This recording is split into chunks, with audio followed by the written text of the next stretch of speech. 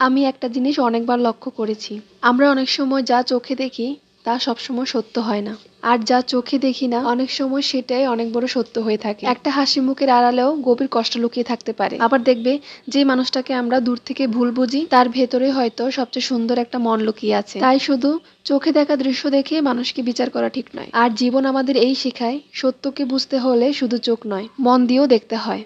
কারণ বাহ্যিক রূপ অনেক সময় আমাদেরকে ভুল পথে নিয়ে যায়, কিন্তু মানুষের ব্যবহার, চরিত্র আর সময় তার প্রকৃত পরিচয় প্রকাশ করে। তাই আমি মনে করি কারো সম্পর্কে মতামত দেওয়ার আগে একটু সময় নিয়ে বুঝতে চেষ্টা করা। আমাদের সকলকে মনে রাখা উচিত, চোখ কিন্তু সব দেখে, কিন্তু সত্যকে চিনতে পারে বিবেক আর সুন্দর মন।